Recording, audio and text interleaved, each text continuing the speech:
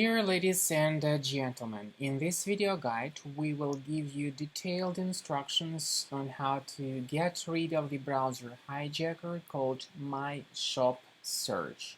MyShopSearch.com is the website related to MyShopSearch hijacker. The developers of this service claim that by installing the extension MyShopSearch you'll be able to get quick links to popular websites like Amazon, eBay, Walmart, and other popular websites involved in online commerce.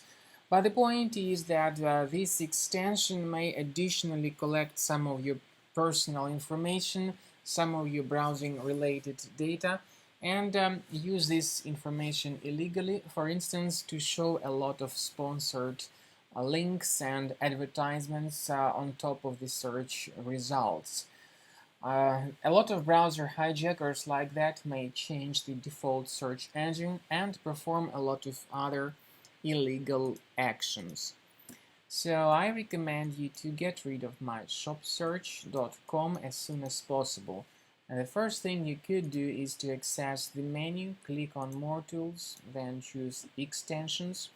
Then disable and delete any third-party extensions you see here. Finally, I would also strongly advise that you perform additional checkup of your Mac with Combo Cleaner Antivirus. You may go to the page combocleaner.com, then download the software, install the application, and wait until the program updates its antivirus database. Then click on Start Combo Scan. The program will begin the free research of your Mac computer. Some features in Combo Cleaner trial are absolutely free. For example, disk cleaner, big files, and duplicates. However, the antivirus is the feature that is the part of the premium license only. So wait until the scanning is over to see the complete report about your computer.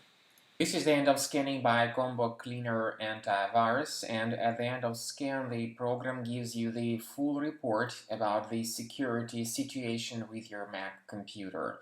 So in the antivirus section you will see the total number of threats found.